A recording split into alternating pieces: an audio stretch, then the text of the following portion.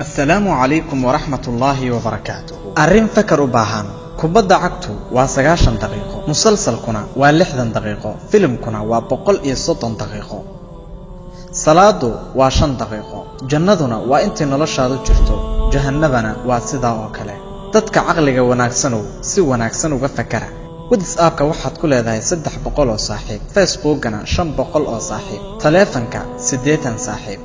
meelaha lagu kulmana konton saaxiib xilliga dhibaatadana hal saaxiib oo kaliya janaasadaadana waa ehelkaaga oo idil qabrigana waa adiga oo kaliya hala yaabin waa sidaan nolosha adduunyada xaqiiqo weeyaan arintani salaadaada ma ahe wax kale oo ku anfacaya ma jiraan haddii aad kitaabkaaga iyo musxafkaaga boorka dul aragto naqsadaada ku ooy maxaa yeelay quraanka qofkii ka dheeraada 3 maalin wax ka badan cudurdaar la'aan waxa lagu magacaabayaa qof ka hijrooday quraanka fiira gaara kuguma qasbayo inaad fariintan faafido laakiin se ku dayashada amarka alle oo ah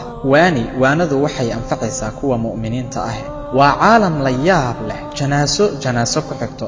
dhimasho ku xigta aqbaarta dhimashadu way iska soo daba dhacaysaa hebel wuxuu ku dhintay shil gaari mid kale cudur ayaa dilay mid kale asagoo socda ayuu soo dhacay dhammaantood adduunyada ayay ka tageen ciidda hoosteedana waa lagu aasay waxaa waajiba in maalintii aan dhimo lahaa ay imaato adiguna maalintaad dhimo lahayd ay imaato